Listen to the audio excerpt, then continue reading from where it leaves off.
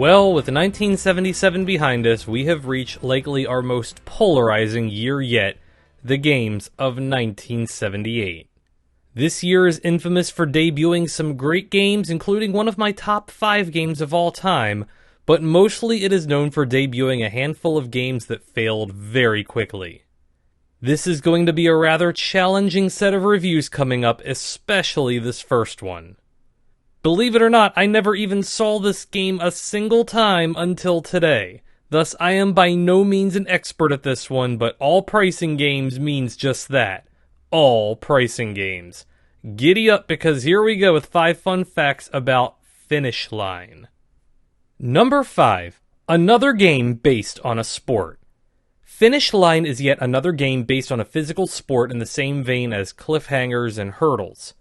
Horse racing was at a fever pitch in the 1970s, with Seattle Slew winning the Triple Crown the year prior, and Secretariat famously winning it in 1973, the first one in 25 years. And then, wouldn't you know it, Affirmed would also win just mere months after the game's debut in 1978. 3 Triple Crowns in the same decade. And just to show how rare it is, there wouldn't be another Triple Crown winner until 2015. Number 4. It closely resembles another game. The gameplay of Finish Line very closely resembles that of a game that debuted years earlier. If Finish Line reminds you of Give or Keep, that's because the basic ideas of gameplay are very similar. 3 pairs of prizes, and the contestant must pick the higher one, except instead of a keep and give column, it's a horse in a race against the finish line. Very similar, but with the added effects. Number 3. The game's music cues. As has been the case with the physical sports games of recent years, Finish Line had music that was played which was very recognizable to the mainstream audience. The call to the post, which is known properly as First Call, is the first call in the Army manual.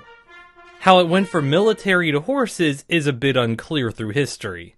The song played during the race, the Light Cavalry Overture, is used quite often today in everything from TV commercials to feature films. Number 2. The game suffered from major mechanical failures. As the angry video game nerd has said, what's the most important thing about a game?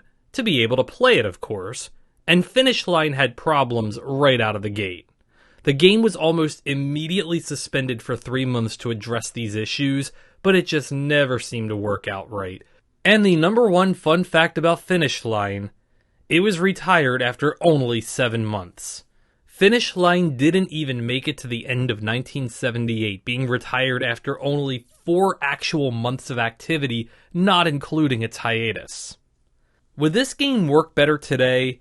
Highly doubtful, considering how much less popular horse racing is today compared to this era. Honestly, it would be better off to keep this game retired and just bring back the ever-popular Give or Keep.